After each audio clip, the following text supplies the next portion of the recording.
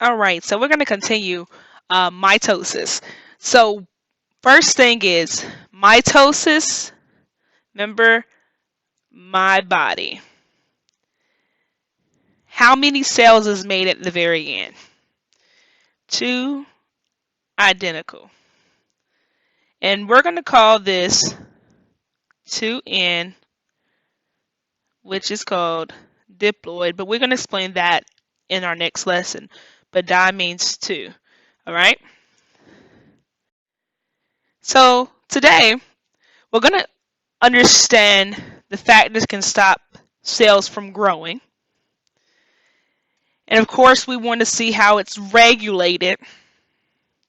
And then we actually want to identify how cancer is different than the other cells. Well, let's go back. We're going to go back to cell specialization. So cell specialization, every cell is produced by mitosis from a number of cells called stem cells. Okay? So remember that stem cells are unspecialized because they do not have a special job. A heart cell is a specialized cell because it only specializes in their heart. A muscle cell is a specialized cell because it only specializes on a muscle. But stem cells can become any cell that is needed. And it becomes specialized to it, but it's unspecialized to become special. Okay? So, the cells that form from stem cells develop completely in different ways, and so that they're able to complete different tasks. So again, guard cells is for gas exchange for plants, right? Well, red blood cells for us is for transporting of oxygen. Our red blood cells, you don't want them just to be your heart cells. You don't want them to be your eye cells. Can you imagine you have hair cells growing out of your eyeball? Not your eyelashes, but out of your eyeball. That would be irritating, right? Imagine growing heart cells on your forehead, and you can just see your forehead booming like a heart. So they have particular, specific areas that they can only particularly work at. But you must know the level organizations, and this is how it exists as a result of mitosis. Everything starts off as a cell, and that cell is a basic unit of life. So we start off as cells. Cells, multiple cells, build up a tissue. So when you got a heart cell, multiple heart cells make up heart tissue. Multiple tissues make up an organ. A heart is an organ, but the heart has a whole system. It's called the cardiovascular system. So that gives you your arteries, your veins, everything. That becomes an organ system. And the organ system is a lot of organs put together, made up by tissues, and the tissues made up from cells. Well, all of these organ systems make up an organism, which is the person, or the animal, or the mammal. Now, quick review from our ecology. Remember, we talked about the biosphere to the ecosystem, to the community, to the population. Now we're going to go from the cell to the tissue, to the organ, to the body system or the organ system, to the organism. Then, of course, you will go to the population, but we stop at organism because now it's time to deal with the genetics. So cell cycle regulation. They have rules and regulations just like if you play sports. There's certain rules and regulations that you have to abide by. There's certain things that you have to do to make you go forward. There are enzymes, and enzymes are what? Proteins. Enzymes end with ACE, but sometimes they end with N because anything that ends with an N is a protein, right? And that was a review and reflect. So the cells progress from phase to phase throughout the cell cycle. This has to happen for the cell cycle to begin and drive.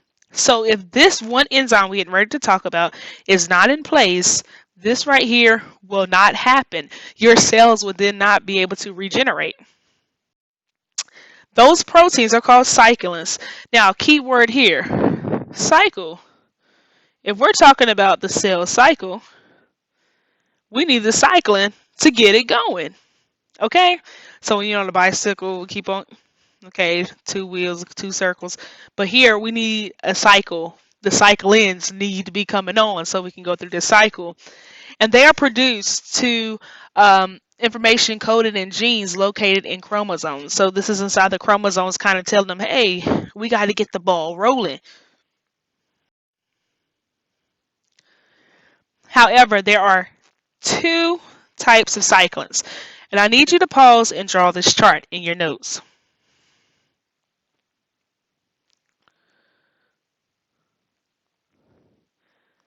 All right, I need you to pause it. Now that you have paused this, and we continue on, there's two types. There's internal and external. So internal, obviously, is responding to the events inside the cell. So this allows the cell cycle to proceed when it's ready to go forward, if everything is ready. So if everything is ready to go forth, we will go forth. Okay? This is outside the cell. This is either going to speed up or slow down the cell cycle. Now, here is an example of the internal. Remember when we talked about anaphase? Well, what happens is the cyclin will prevent anaphase from happening until all the chromosomes are properly attached to the spindle fibers. So you remember? The spindle fibers come and they grab it for anaphase. But see, anaphase will only happen if this is connected. If it's not connected, this does not work. So sometimes if you have a defective internal cyclin, it can cause some issues. Prevents excess growth of the cell by using chemical messengers. So here, if it does see the external says, hey, we speed up the process, we're good to go, or it's an emergency, we need it done. So it sends out a signal through your hormones, which your hormones are again are proteins. So the proteins say, hey, let's move, let's move. But it will also slow down if it says, hey, something's wrong, something's wrong. Not the inside, but hey, something's wrong. We see a speed bump ahead. Like when you're driving, you have road signs to let you know what's ahead of you. So the external basically is a road sign to say, slow down. This is something ahead of us. We got to slow down. Or sometimes, you know how, well, I don't know how you are, but I know sometimes when I drive and I see it getting ready to turn yellow, I speed up a little bit. And well, that's what happens here. They know something's getting ready to happen. They need to go ahead and speed up. But what would happen if it's not regulated properly? So what happened? The internal or the external cycling is not working. Cancer. And oh, don't we hate cancer? I hate cancer. Cancer is basically uncontrolled cell division. Remember, the external cycling tells you to speed up, slow down, stop, and we won't get back to going, right? Well, if we have some hard-headed cells, okay? So a normal cell, when it's dividing and there's something wrong, as you see here, it's damage, the cell is supposed to commit suicide. Yes, the cell is supposed to commit suicide, and it's called apoptosis. Once it commits suicide, then remember you have the lysosomes and the other body cells that clean up, come in and get that out the way. But we have that one cell sometimes who says, you don't tell me what to do, and he's just waiting for the right opportunity to spread. So sometimes people have a cancer cell, and they had that same cancer cell since they was like maybe 10 or 11. And then by the time they got 20 years old, cancer began to spread. Sometimes it's, believe it or not, it's the food that you eat, some of the drinks that you drink, some of the places you're around, the environmental and internal and external environmental factors that can harm it to cause this to speed up. And it won't kill itself, it'll keep making bad. So once we get too many bad cells, our good cells can't really fight this off. The only thing that can fight those off, that can beat a cancer cell, is a stem cell. And stem cells, remember, can become any cell. So this can become the strongest cell in the body and replace all the bad cells. But what happens is cancer can spread so much that all your blood cells, not really blood cells, let's just say you had stomach cancer. So all your stomach cells can become cancer cells, okay? And there's no more stomach cells being made. So you have to get a bone marrow transplant or a stem cell transplant to bring in and create stomach cells, and prayerfully that those cells make new cells. So this again can be genetics and environmental. Sometimes it's just that one bad cell who says, you know what, wait till you give me a reason and I'm going to tear this place up. Some people are ready to explode, and that's how cancer is. Some people, honestly, you may have a cancer cell inside of you right now. I don't want you to have that by any means, but it really goes to a place to say, let something come up. I promise you, I tear this whole body up. And so here's some environmental factors. I know these pictures is not pretty, but this is real life, honey. Okay, so environmental factors such as cigarette smoke, and it's just not cigarette smoke. This has also been found in THC and cannabis. So yes, for those who understand marijuana, you can get the same factors. Thing is, smoking can cause gangrene. That is disgusting. Smoking increases miscarriages. If you are pregnant or you are around somebody who's smoking while you are pregnant, you are actually introducing your kid to come up with two things. You're either going to have a miscarriage or you're going to have an early birth. Honestly, you can have this too. You can have the baby to die immediately after birth, which is called a stillbirth. And the thing is, I can tell you about this. I had a cousin whose her baby daddy was smoking while she was pregnant, and she was always around him. She didn't really think that was an issue. Her babies lived a normal life, and while they had a heartbeat while they was pushing, but as soon as the baby hit oxygen on its own, the baby died immediately, and they known it as a stillbirth because they had an environmental factor such as weed. They actually smoked more weed than they did that, and so that's a problem. Yes, oral cancers, neck. I actually had a teacher.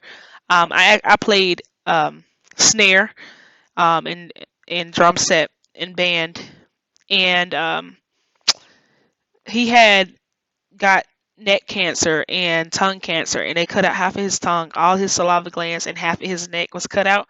So he had to drink a bottle of water every like 2-3 minutes because he couldn't make spit anymore, and his neck was sunken in. And it's real, and it's because he smoked so much. He had stopped smoking, obviously, after he had the surgery.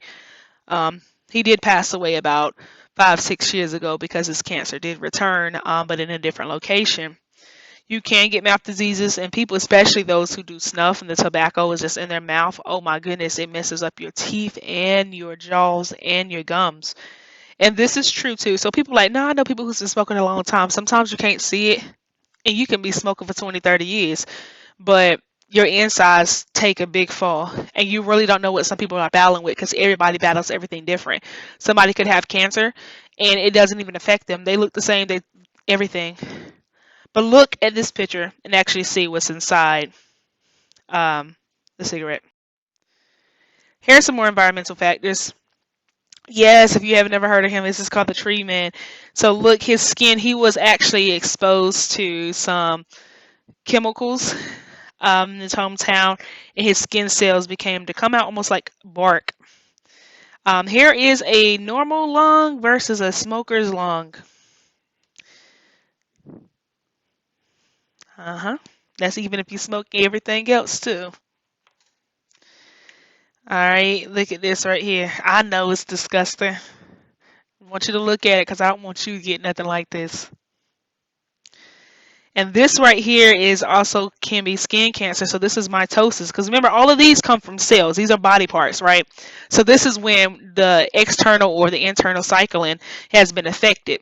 And so, again, cancer is just one bad cell that has repeated itself. And remember, the internal, external is supposed to stop that. But if they don't do their job, this is your result. And so this is skin cancer here. But here's a big one. This is an ulcer. Yes. All right. So air pollution, water pollution, and exposure to UV can cause cancer. Also, cancers can be by viral infections. So viral infections, even in a woman, if you see here, this is a cervix. Women can get cervical cancer. We tell you to get an HPV shot to kind of stop that. Because if you get an infection down there, it can definitely cause some issues. Um, with these cervical cancers, you can have um, a lot of buildup, and it can just, as you see here, it can start here and it will spread.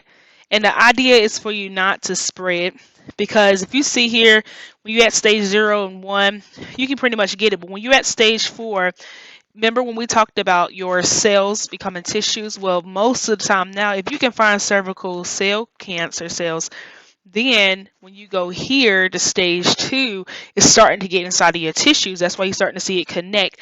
But once you get to stage 3, it's inside of your tissues. And once you get to stage 4, it can actually see now it's in multiple areas. It starts going into your organs. Prevention. Don't be smoking. Don't smoke weed. Don't smoke marijuana. It is the same thing. I meant to say tobacco. But also don't be smoking no pipe. Don't be smoking coke and sniffing coke. Okay, and crack.